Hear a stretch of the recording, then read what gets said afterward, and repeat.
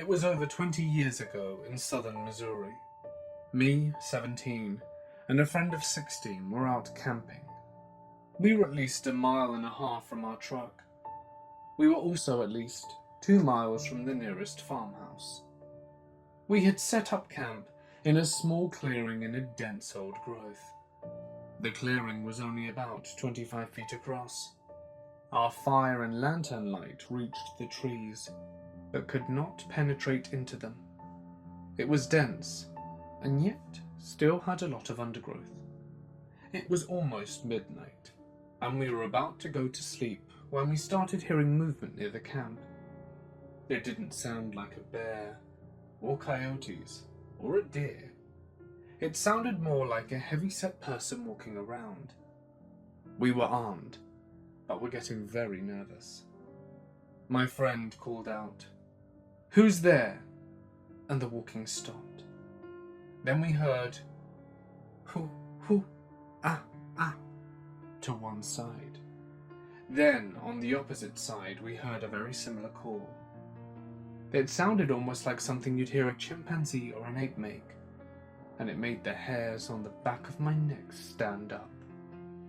My friend's eyes were huge as he mouthed, "What the hell is that?" I shrugged.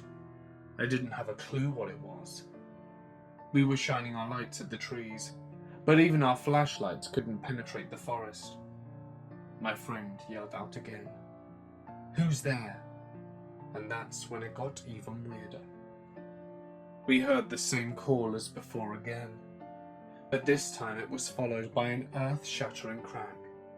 It sounded like something was slamming a tree with another freaking tree. It was so loud, about as loud as a rifle shot. Then it happened 2 more times just as loudly. It did not sound far off, yet we still couldn't see anything with our lights. There was again another answering call from the opposite side of the camp. That one seemed to be coming from further away than the first one, and also seemed to have moved around a little closer to the first one. We were still shining our lights around, but never did see anything. Didn't even make any movement in the light. It was just too dense. We kept hearing movement in the woods, but it was moving away from us. After a little bit, all was quiet.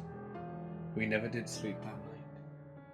The only thing I can equate to the calls we heard are to a chimpanzee or an ape. It's the only thing I've ever heard that sounds similar to what we heard that night.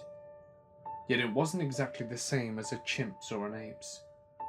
Those loud cracks we heard sounded like a wooden baseball bat hitting a tree, but way louder. I've heard cougars, coyotes, deer calls, and everything else that's native to southern Missouri. And I still had never heard this before, and still haven't heard anything like it since. I still don't know what we heard that night, and I probably never will. It was the beginning of summer. My darling husband Jay and I were going camping at my favorite place in the whole world. This was a wilderness campground with a crystal clear lake and hiking trails, a river for canoeing and fishing. This was going to be a special weekend where we leave the kids, carers, all behind for just some time for the two of us. It was Saturday morning, and Jay had to work, so it was a little while before we could leave. We got to the place we were going, and there were only 2 of us. So we set up our tent, and did all of that kind of stuff before we went hiking, and had a picnic by the waterfall. Later we came back to camp, built a fire, shared a bottle of wine, until the darkness and fireflies set in. It was a full moon, and everything was beautiful. I got this brilliant idea to do something I have done many times. I wanted to go skinny dipping in the lake.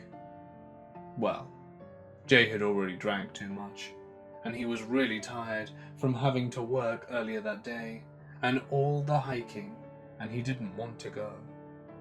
Also, there was no one camping except the two of us. If there had been, I wouldn't have gone, at least not skinny dipping. But I felt grimy and sweaty, and just wanted to be able to sleep without cleaning up.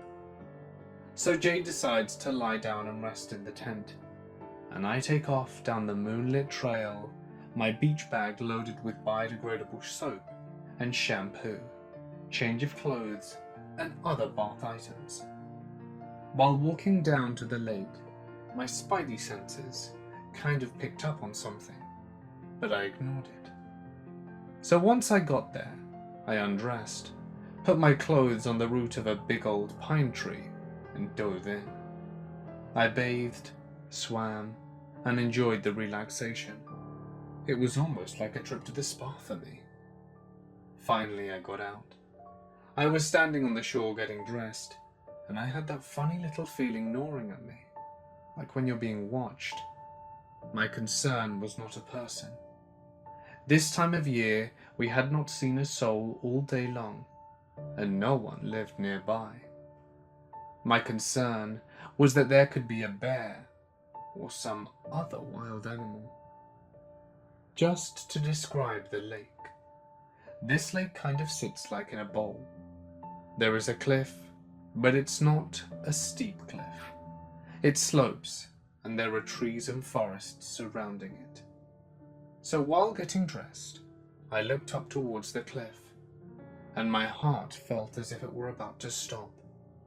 A person stepped out of the shadow of the trees. Just from his silhouette, I thought it was Jay, as I couldn't see his face. Maybe he changed his mind about swimming, which was unlikely, since when he goes to sleep, he sleeps like a log. Or maybe he was worried about me. I had been enjoying the lake so much, I had probably been there at least an hour. So just assuming it was him, I started joking with him. "Sorry, but you missed a great swim," or something like that. Normally, he would joke back with me or say something grumpy if he was irritated that I'd been down there too long. But I received no reply. All the while, I'm putting on my clothes, still talking to him, but he never said a word.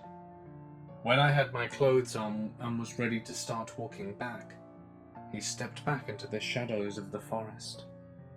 At that point, I'm pretty sure it wasn't Jay. So I grabbed my stuff and ran down the trail as fast as I could. One time, I thought I heard voices, but I was so scared I could have imagined it. I got back to Jay, and of course he was sound asleep. I was ready to pack up and go home, and thoroughly creeped out about being watched like that. But I couldn't get him up. I didn't sleep until he got up the next morning to make coffee. Every noise I heard that night, I thought it was whoever was that guy watching me. Jay was very upset and scared for me when I told him what happened, and we hiked to the place where I saw the guy standing, and there were 2 sets of footprints there from what we could tell. That was one of the scariest experiences I've ever had. I think about how vulnerable I was in that lake, and it creeped me out about someone watching me swim and whilst getting dressed. Anyway, creepy stranger or strangers, let's not meet. To this day, I still have no idea who those people or that person was, but I will never take a moonlight swim alone. I went on my first solo camping trip when I was 21. I took my miniature dachshund with me, stayed in a remote campground where there was hardly anyone. In the middle of the night, I was woken up several times by the sound of chanting, yelling, and singing from across the river, not in the campground itself, but within hearing distance. Freaked out, I snuggled up to my dog, and finally fell asleep with her on my chest. In the middle of the night, I woke up with a jolt and a chill going through my body. I opened my eyes, tipped my head back, and looked through the tiny square vent in the tent directly behind my head. An older man's face was looking at me through the tent window. A man with long black hair and big black eyes. I was so terrified that I couldn't move. I couldn't even make a sound, and I certainly tried. At some point, my dog, a miniature dachshund, sensed my tension and woke up too. She was still sleeping smack dab in the center of my chest. She looked out the window directly at whatever it was that was behind me and let out a single, sharp, growling bark. The moment she barked, my body relaxed, and I was able to move again. And I realized I may have been asleep and experiencing sleep paralysis the whole time. There was nobody behind the tent anymore. It was very possible that it was a very realistic, freaky dream. Or did my dog save me? This happened when I was in the 8th grade. When I was around 14, I studied a subject focusing on outdoor pursuits. For our final assessment, 2 teachers took my class on a one-night camp where we would do activities like rock climbing, kayaking, trail walking, etc. I live in Australia, around an hour from a state forest that was notorious for the backpacker murders. Several bodies have been found, and several more remain missing. I'm pretty sure that all of the murders were linked to the same serial killer. Anyway, in the morning we leave the school and drive out in a bus. When we reach the road that leads to the entrance of the forest, a police car is parked to the side. He spoke to the teacher for a moment, but I didn't hear anything, and no one else seemed to notice or care. Fast forward a few hours, and we've trekked, roughly 20 of us, to the camping area somewhere in the middle of the state forest. Some parts are state, some are privately owned. While kayaking that afternoon, we noticed a helicopter doing flybys. But again, my classmates never suspected anything. A couple of mates and I were the first to leave the water and helped the teacher with some equipment and started building our own rafts. I was standing off to the side when one of the national park guides walked over to one of the instructors and talked in a hushed, slightly stressed out tone. I remember hearing the instructors say stuff like, "You're kidding," and "I don't believe it." He just looked shocked and taken aback. So at this point I started connecting the dots, but I didn't say anything to my school friends. Around dusk that night, I go to use the toilet block, which is around 100 meters from my campsite. As I go in, I remember a guy walking around the other side of the block. I didn't see him very clearly in the diminished light, but he kept glancing around with nervous body language. I couldn't see his face clearly. He wasn't part of our party, and to me, he just didn't fit in. But I didn't think much of it at the time. Fast forward to the next morning when we get back to the car park. The teacher tells us that a body was found in a dam not too far from where we were. They didn't want to tell us as to not to frighten us. We later found out it was a young guy who was killed with an axe, and the guy who did it was related to the serial killer who hunted in the same area.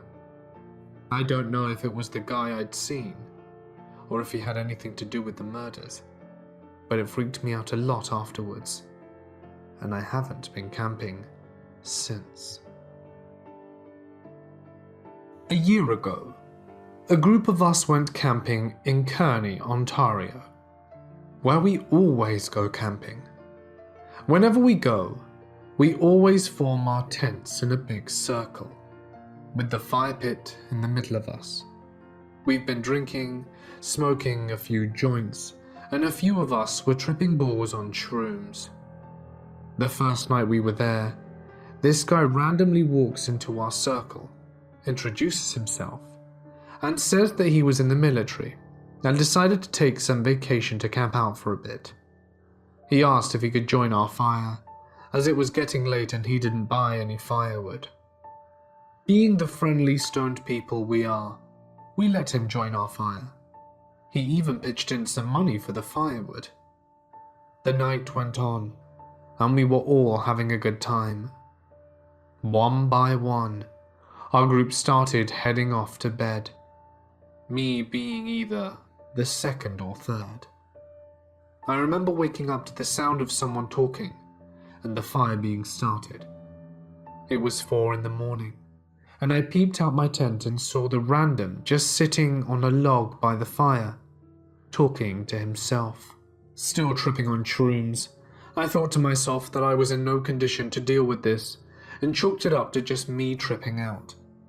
I wake up the next day, and everyone is thankfully still alive, and the fire is smouldering. We look to the next campsite, where the random was staying, and it was spotless. No garbage, no tracks in the trail around the site, no nothing. We started talking about him just to be sure we all saw him. Through talking, we managed to figure out that he must not have slept at all. The last 2 of our group passed out just after 3:30. The first person got up just after 6 and noticed he was gone. The rest of our camping trip went well, and we all went home.